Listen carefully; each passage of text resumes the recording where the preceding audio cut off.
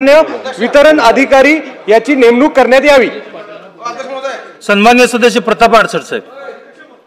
धन्यवाद अध्यक्ष महोदय। मॅडम हे झाल्यानंतर घ्या। अध्यक्ष महोदय, माझ्या मतदारसंघामध्ये 2 जुलै रोजी एक अत्यंत गंभीर विषय झाला।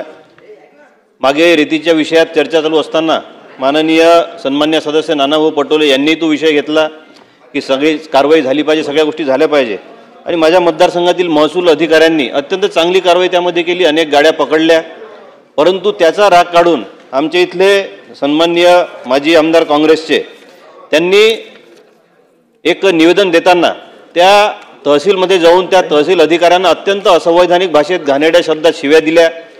काही सदस्यांचे काही मतदारांचे नाव कमी करण्याकरता अर्ज देत असताना तिथल्या नायब तहसीलदारांना कक्षामध्ये जाऊन शिवीगाळ केली, धमकी दिली आणि सोबतच उपविभागीय अधिकारी महिला आहेत आमच्या इथं, त्यांना सुद्धा असंवैधानिक भाषेत अत्यंत खालच्या स्तरावर तिथं बोलले।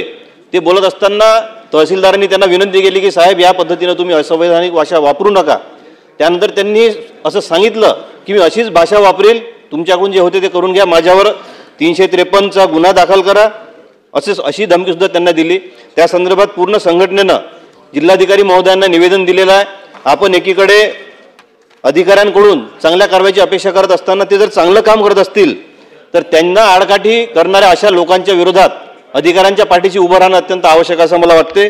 त्यामुळे या संदर्भात शासनानं याची दखल घ्यावी आणि तात्काळ कारवाई संदर्भात मान्य जिल्हाधिकाऱ्यांना निर्देश द्यावे, यावर फौजदारी गुन्हा सुद्धा दाखल करावा अशी माझी विनंती आहे।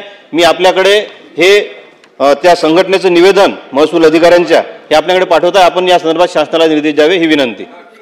सन्मान्य सदस्य पिंपळे साहेब लवकर लवकर 1 मिनिटात संपवा।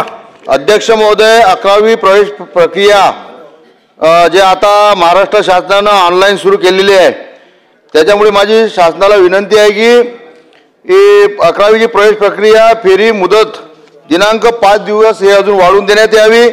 नॉन क्लेमर या बाबत शासनाने निर्णय शिथिल करून हमीपत्राद्वारे आधारे